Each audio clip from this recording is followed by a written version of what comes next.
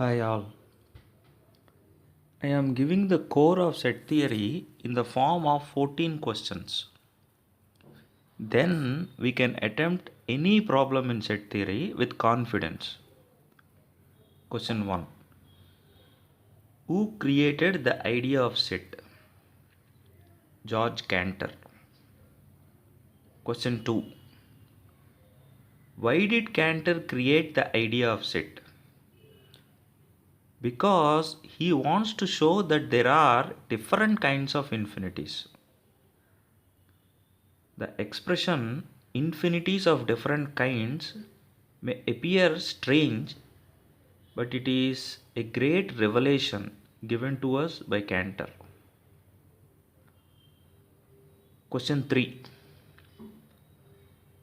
What is the side effect of creating the concept of set? The side effect is that set theory has become the language of all mathematics. Today, everything in mathematics is spoken in terms of sets. Function is a set of ordered pairs, geometric figures are sets of points, solutions of equations or inequations are sets of all possible solutions, etc. Today, the primary reason for studying set theory is that it is the language of mathematics.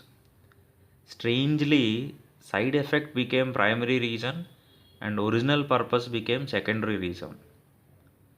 Just like in yoga. The pity is that the original purpose of studying different kinds of infinities is completely forgotten in many courses. Question 4. What is the definition of set? Set means well-defined collection of objects or entities. Collection means group. One question naturally arises. What is well-defined collection, not just collection? We should be clear of the meaning of well-defined collection before moving further. Try 3 examples each of collections which are well-defined and which are not well-defined. Question 5. How are sets notated? The entities that make up the set are called elements of the set. Elements are usually represented by small letters and sets are usually symbolized by capital letters. The elements of the set are enclosed in flower brackets. If an element A belongs to set X, we say A is in X or A belongs to X. We use a particular symbol to say that. If A is not in X, we say A does not belong to it. Question 6.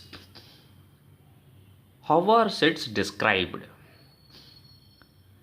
Sets are described in two ways called roster form and set builder form. Roster form means actual listing of elements. In set builder form, the actual elements are not written, but a property that is common and exclusive to all the elements of the set are given, so that we can build a set from that property. Hence the name set builder form. Set 2, 3, 5, 7 is in roster form. In set builder form, it is the set of all single digit primes. Please note that there is no guarantee that every set can be written in both the forms. Try some examples for this. Question 7. What are equal sets? We call two sets equal if two conditions are satisfied.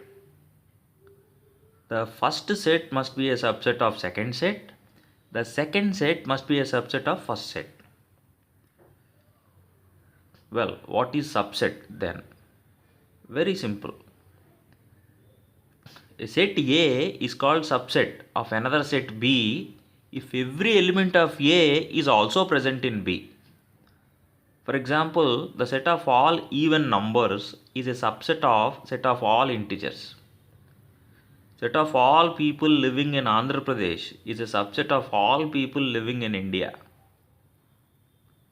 The formal definition and the symbol for subset is given here. Question 8. How are sets classified? Sets are classified into two classes: finite sets, infinite sets. Question 9. What operations can be performed on sets? 4 operations can be performed on sets: union, intersection, difference, multiplication. A union B consists of all the elements that are present in either A or B. A intersection B consists of all those elements that are present in both A and B. A minus B or A difference B contains those elements that are there in A but not in B. A into B, or also called A cross B, consists of all ordered pairs whose first component comes from A and whose second component comes from B. In this context, the meaning of the word ordered pair must be clear. The symbols and formal definitions of the set operations are given here. An example will make all these operations clear. Question 10. When do we say that sets are equivalent? We say that two sets are equivalent if there can be a bijective mapping between them. Bijective mapping means what? Very, very simple. A bijective mapping between two sets is a pairing of elements of one set to elements of the other set in such a way that every element of each set is paired to only one element of the other set. Common sense tells that for two finite sets to be equivalent, they must have the same number of elements. The real story begins when finding if infinite sets can be equivalent. Cantor comes here into the picture. Question 11.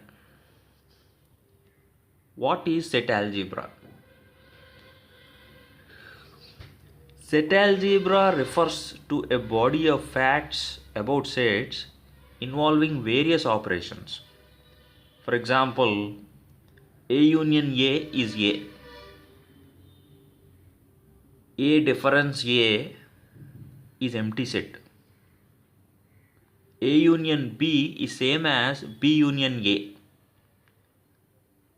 A minus B need not be same as B minus A, and so on. A special category of facts in set algebra are called De Morgan's laws. They tell us how difference is distributed over union and intersection. All facts in set algebra, which are actually facts of equality, can be proved by a method called element-wise method. Knowing this method through one or two examples will be useful. Question 12. What is Venn diagram? Venn diagram is the pictorial representation of sets and operations on them. Question 13. What is the innocent sum rule?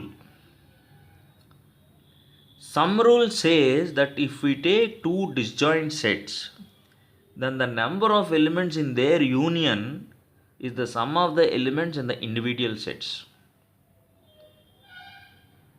This rule can be simply accepted from common sense,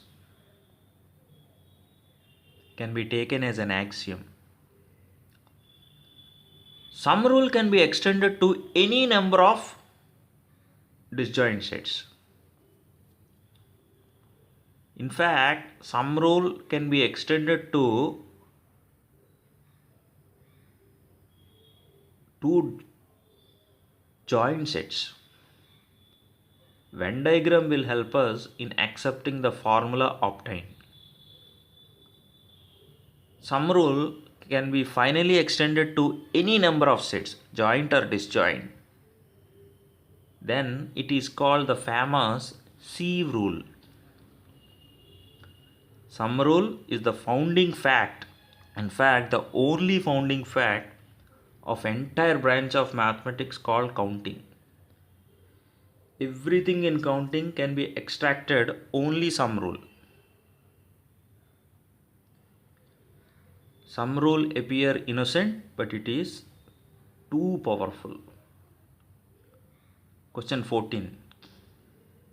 What is set partition? Partitioning a set means dividing a set into smaller sets so that any two of them are disjoint, and by combining all the smaller sets we get back the original complete set. For example, the set of integers can be partitioned into odd integers and even integers. The same set can also be partitioned into negative integers, positive integers and 0. Population of India can be partitioned in many ways. Urban and rural, different states, different genders, so on. We have completed all the 14 questions. With this information, we can tackle any problem in set theory. Nothing more is needed. Some terms like superset, null set, cardinality, power set, etc. appear incidentally, automatically, and can be defined instantly. There is no need to define them exclusively in the main course. The idea is to show and treat bigger things big and smaller things small. Finally, if you are interested in taking assignment and support for doing assignment, you can reach me on my WhatsApp.